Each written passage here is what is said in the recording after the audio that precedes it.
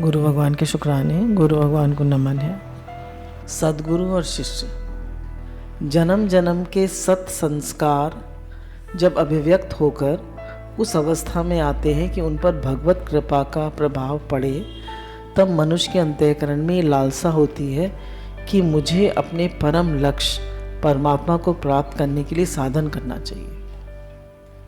कह रहे हैं जब जन्म जन्म के संस्कार जागते हैं तब मनुष्य के अंदर ये लालसा होती है कि मैं भगवान की तरफ बढ़ूं, मेरा भगवान से प्रेम हो, मेरी उन्नति हो। नहीं तो ये संस्कार कहाँ जागते हैं। हर एक मनुष्य को ये होता है खाओ पियो भोगो, ईट ड्रिंक एंड बी मेरी, एंजॉय, हर एक का यही लक्ष्य है। तो कह रहे हैं ये भाव तब उठता है जब जन्मों जन्मों के संस्कार होते हैं। साध्य और साधक के बीच में दूरी ही साधना है, जो एक को दूसरे के निकट पहुंचाती है। भगवान में और साधक में जो दूरी है उसको तय करने का जो रास्ता है उसको साधना कहते हैं, है ना। भगवान में और एक साधक में, एक शिष्य में कह लीजिए, साधक में कह लीजिए, जो दूरी है उसको तय करने के रास्ते को कहते हैं साधना। साधना के लिए ऐसे विश्वासी की आवश्यकता है जो आकाश से भी विशाल हो, समुद्र से भी गंभीर हो और सुमेरु से भी भारी और वज्र से भी कठोर हो। यानी आप साधना के मार्ग पे चल रहे हैं तो ऐसे विश्वास की ज़रूरत है जो आकाश से भी विशाल हो, आकाश से भी बड़ा हो, समुद्र से भी गहरा हो और वज्र से भी ज़्यादा कठोर हो। तो ऐसे ढीले मीले विश्वास से नहीं चलेगा। फर्म फेथ विदाउट शेक, ऐसा विश्वास जो कोई हिला ना सके। अब कोई हालत परिस्थिति आई, कोई दुख का कारण आया, कोई हमारे मन के अनुकूल नहीं, कहाँ है भगवान? मैं तो इतना सत्संग करता हूँ, मैं तो भगवान में इतना लगाऊँ। अब ये देखिए भगवान ने कितने कम में टाल दिया, भगवान ने कितनी कृपा करी कि हमें भगवान ज्ञात रहे। तो हमेशा उनकी कृपा फील करते रहिए, क्योंकि बोले बलिहारी बात दुख की जो पल पल नाम रटाए। बोले अगर दुख नहीं आएंगे तो भगवान की याद नहीं आएगी। अगर सुख में कोई याद कर ले तो बहुत अच्छी बात है, पर जरा दुख आते एक आध झापड़ा पड़ पड़ते हैं भगवान के, एक आध धक्का मिलता है भगवान का। धक्का तो भगवान देते ही नहीं है कभी। हल्के से जब बच्चा ज़्यादा शैतानी करता है तो मम्मी ऐसे कर देती है ना, तो ऐसे भगवान कर देते हैं, धीरे से चपत लगा देते हैं कि जरा चल चल, या पीछे मम्मी भी कह देती है चलो बढ़ो आगे, बहुत तुम एक ही जगह खड़े हुए हो। तो ऐसे ही भगवान जी भी कहते हैं चलो आगे बढ़ो, मेरी तरफ बढ़ो। जैसे कितनी भी कठिन परिस्थिति आई पांडवों पे, पर उनका विश्वास भगवान पे कभी कम नहीं। 12 साल का वनवास और 1 साल का अज्ञातवास, कोई मतलब वो भी राजकुमार, और फिर उसके बाद इतना ज़्यादा उनका द्रौपदी का चीरहरण, फिर लाक्षागृह, फिर उसको जहर खिला के उसको उसमें फेंक दिया समुद्र में, भीम को। सब कुछ तो किया उनके साथ, क्या नहीं किया, जुए में हरा दिया, तो भगवान पर विश्वास उनका कम नहीं हुआ। उनको ये नहीं कभी फील हुआ भगवान हमारे साथ ऐसा क्यों कर रहे हैं, कहाँ है भगवान, कन्हैया कहाँ है। उनको हर परिस्थिति में लगा भगवान हमारे साथ है और वो हमारी रक्षा कर रहे हैं, हर पल उनको यही फील हुआ। तो कह रहे हैं ऐसा कठोर विश्वास चाहिए, परंतु साधना पर ऐसा विश्वास प्राप्त कैसे हो, इसी से सर्वज्ञ सद्गुरु की साधना का निर्देश करने के अधिकारी हैं। कह रहे हैं साधना पर हमें हमारा ऐसा विश्वास कैसे हो, इसके लिए हमें सद्गुरु चाहिए।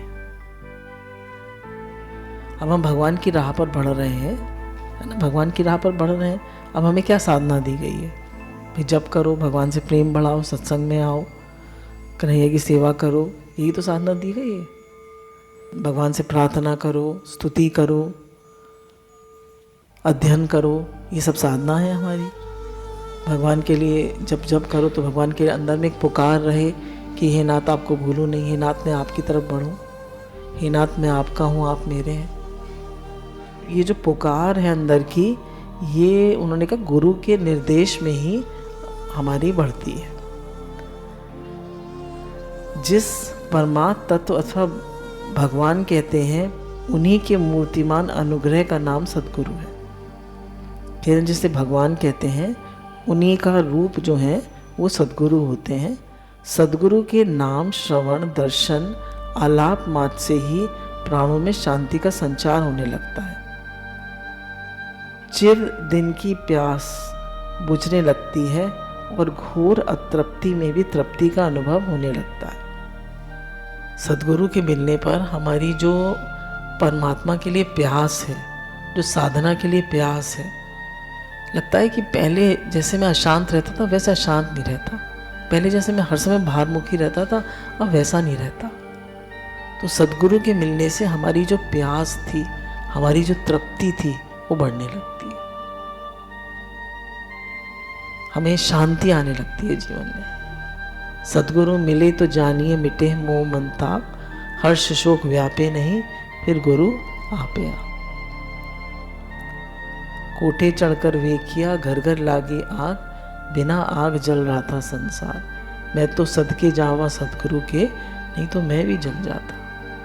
कबीरदास जी ने कहा है कि मैंने देखा कि घर घर में लोगों के क्रोध है, राग द्वेष है, बच्चे पढ़ नहीं रहे, माता पिता की बात नहीं सुन रहे, कितनी बातें हैं, इच्छाएं हैं, काम क्रोध है, सारी बातें हैं, मोह आसक्ति है।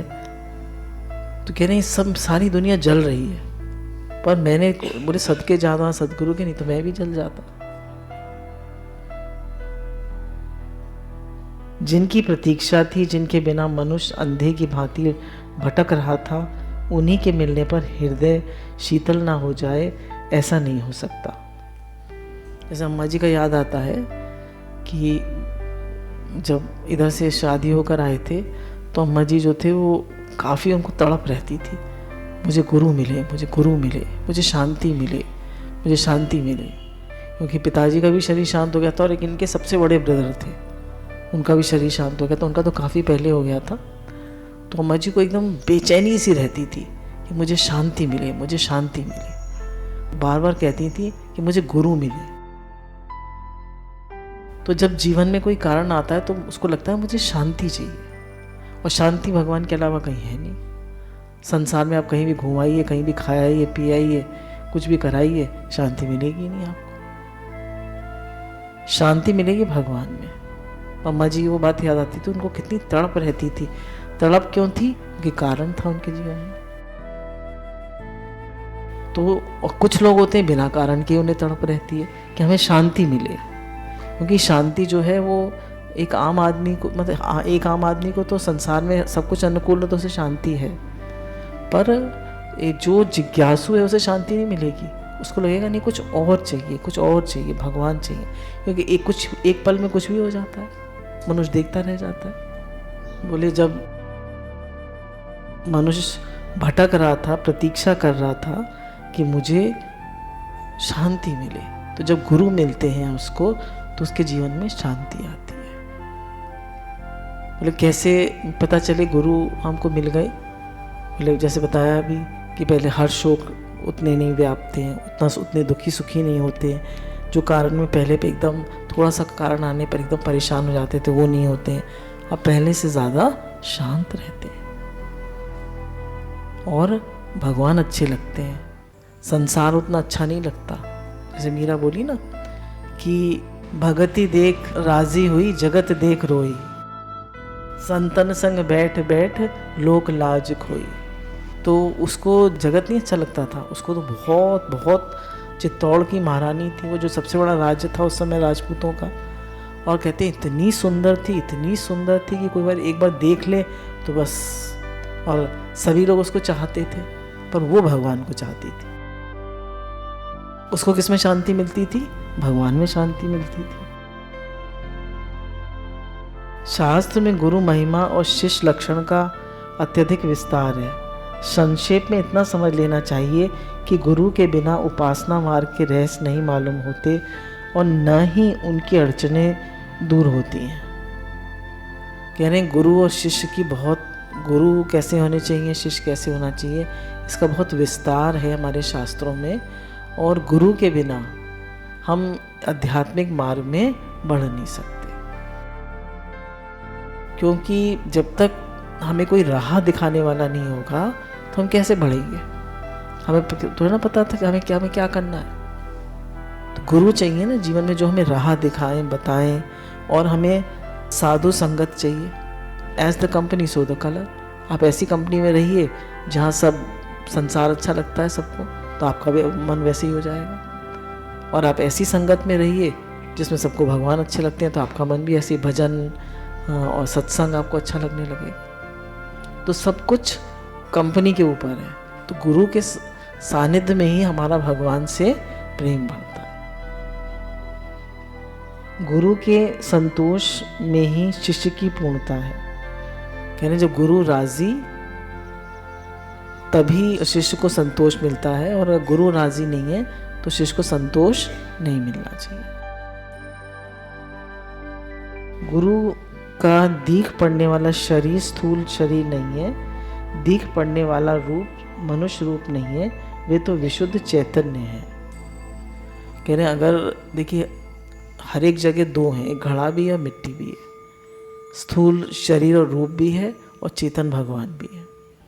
तो कह रहे गुरु जो है वो मूर्तिमान परमात्मा का ही रूप है, वो शुद्ध चैतन्य है, वो ये स्थूल शरीर और स्थूल रूप नहीं है जो हमें बता रहा है कि तुम भगवान के हो, मैं भगवान का हूँ, भगवान मेरे हैं। जो हमें बता रहे हैं, है ना, हम उनको शरीर करके देखें, गड़बड़ है। कहीं से तो भगवान देखना शुरू करेंगे। तो गुरु में भगवान देखेंगे तो फिर हमें सब में भगवान दिखेंगे, अपने में भी दिखेंगे। तो to see God is to be God. पहले भगवान देखना तो शुरू करो। कहाँ से शुरू करोगे? सबसे पहले गुरु से शुरू करते हैं। भला इस जड़ जगत में विशुद्ध चेतन के अतिरिक्त ऐसा कौन है जो अज्ञान का पर्दा फाड़कर जीव को उसके स्वरूप की उपलब्धि करा दे? बोले कौन है संसार में जो कि सिर्फ भगवान की तरफ बढ़ाए? कोई है? सब तो संसार में लगाने को तैयार है, सब तो संसार की तरफ बढ़ाने में लगे पड़े हैं। बोले कोई ऐसा नहीं है जो भगवान की तरफ लगाने के लिए तैयार हो। बोले सिर्फ एक गुरु ही है जो हमारे अज्ञान के पर्दे को फाड़कर भगवान में लगाते हैं। गुरु की महिमा केवल शिष्य ही समझ सकता है, सो भी तभी जब गुरु उसके सामने अपना स्वरूप प्रकट कर देते हैं और कोई उन्हें जान सकता है, क्योंकि वे अपने को गुप्त रखते हैं। कह रहे हैं शिष्य जो है गुरु की महिमा तभी समझता है जब उसको सच में, कब समझता है? जब उसको परमात्मा की प्राप्ति हो जाती है।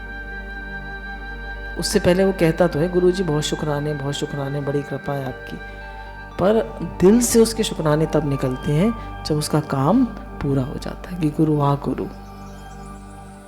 तुमने तो मुझे मेरा स्वरूप जना दिया, तुमने तो मुझे भगवान से मिला दिया। तब वो दिल से उसके शुक्राने निकलते हैं। और गुरु शिष्य की हलत पलत दो सवाल, न मिलते अगर तुम सदगुरु, न जाने हम कहाँ जाते, हमें बेआसरा पाकर सताने गम चले आते। कितनी महिमा गाऊं, कितना करूं सत्कार, मेरी जिव्या एक तेरे गुण बेशुमार। अगर गुरु के बिना हम बढ़ लेते इस मार्ग पे, गुरु के बिना हम इस राह पे आगे बढ़ जाते? नहीं बढ़ सकते थे। सारी कृपा, सारे शुक्राने सब गुरु के हैं। शिष्य जानता है मेरे गुरु सर्वत्र हैं, वे मेरे और चराचर जगत के संपूर्ण रहस्यों को एकमात्र ज्ञाता हैं। वे सर्वशक्तिमान हैं, बड़े बड़े देवता भी उनकी शक्ति से शक्तिमान होना अपना अपना काम कर रहे हैं। मतलब गुरु को वो बिल्कुल सर्वशक्तिमान करके देखता है। कहता है विवेकानंद ने स्वामी रामकृष्ण परमहंस को क्या करके देखा? कि मेरे गुरु सर्वशक्तिमान है। तो ऐसे ही साधक देखता है कि मेरे गुरु सर्वशक्तिमान है। वे परम कृपालु हैं, क्योंकि कृपा परवश होकर ही उन्होंने जीवों के उद्धार की लीला का विस्तार किया है। बोले एक कैदी वो जेल में बंद था, एक आदमी ने उसको खाना पीना अच्छा नहीं मिलता था, उसके खाने का इंतजाम कर दिया। उसमें पंखा नहीं था, एक आदमी ने पंखा लगवा दिया उसके कमरे में जेल के। एक आदमी ने उसके लिए पलंग नहीं था, पलंग का इंतजाम कर दिया, बिस्तर का इंतजाम कर दिया, पर एक आया, उसने कैद से ही छुड़ा दिया उसको, तो किसका उपकार बड़ा माना जाएगा? तो संसार में लोग हमारा किसका कैसा उपकार करते रहते हैं? पंखा लगवा दिया, अच्छे अच्छे बिस्तर दे दिए, अच्छा खाने पीने का इंतजाम कर दिया, सारी सुख सुविधा का इंतजाम कर दिया, पर कोई हमें देव भाव जीव भाव की कैद से छुड़ाता है? कोई हमें भगवान से मिलाता है?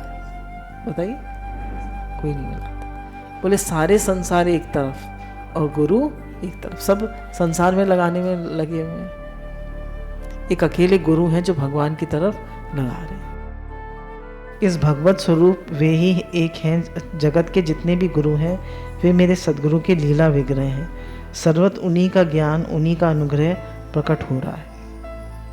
अब देखिए जगत में तो बहुत से गुरु हैं, तो कह रहे हैं जिस गुरु से हमें फायदा हो वो ही गुरु हमारे लिए सर्वश्रेष्ठ है। हम जिन गुरु के पास आ गए हमारे लिए वो ही सर्वश्रेष्ठ है। जगत में तो बहुत गुरु हैं, कितने टीवी पे आ रहे हैं, अगर हम सबकी तरफ देखेंगे तो हमारा उद्धार हो जाएगा। कितने स्कूल हैं, लेडी फातिमा है, ये है वो है, फलाने ढिमाके, तो किस किस स्कूल में जाएंगे? बच्चे को तो एक ही स्कूल में भेजेंगे ना, तो दुनिया में तो बहुत स्कूल है, इधर उधर भटकोगे तो कुछ नहीं मिलेगा। मैं उनको प्राप्त करके धन्य हो गया। शिष्य की ये दृष्टि कल्याण कारिणी ही नहीं, कल्याण स्वरूपिणी भी है।